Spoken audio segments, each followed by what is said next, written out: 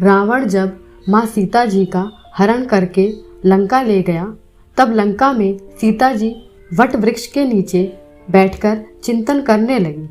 रावण बार बार आकर माँ सीता जी को धमकाता था, लेकिन माँ सीता जी कुछ नहीं बोलती थी।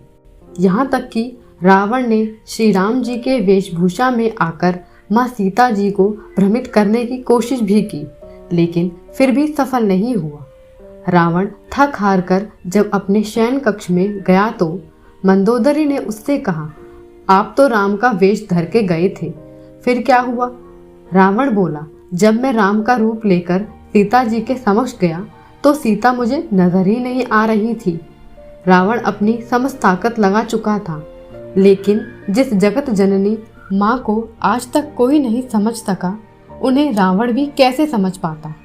रावण एक बार फिर आया और बोला, मैं तुमसे सीधे सीधे संवाद करता हूँ, लेकिन तुम कैसी नारी हो कि मेरे आते ही घास का तिनका उठाकर उसे ही घूर घूर कर देखने लगती हो।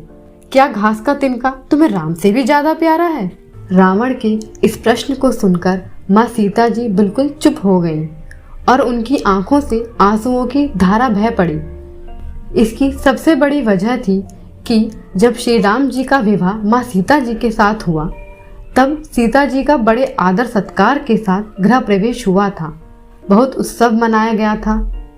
प्रथा अनुसार जब नई बहू विवाह पश्चात ससुराल आती है तो उसके हाथ से कुछ मीठा पकवान बनाया जाता है, ताकि जीवन भर मिठास बनी रहे।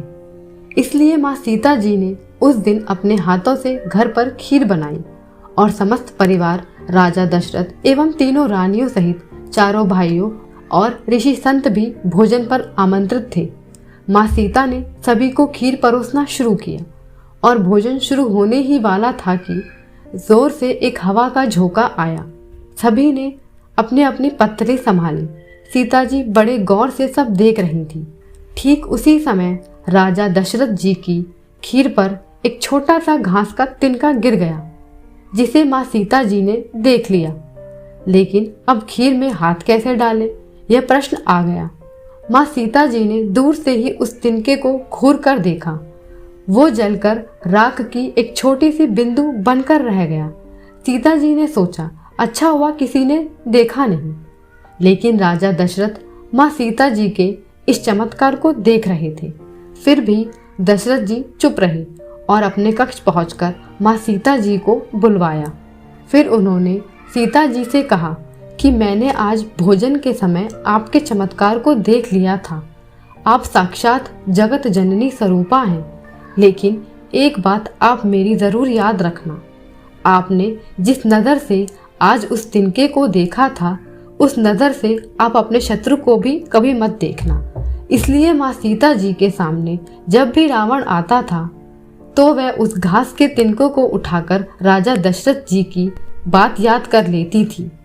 इसलिए माँ सीता जी चाहती तो रावण को उस जगह पर ही राख कर सकती थी, लेकिन राजा दशरथ जी को दिए वचन एवं भगवान श्री राम को रावण वध का श्रेय दिलाने हेतु वो शांत रही।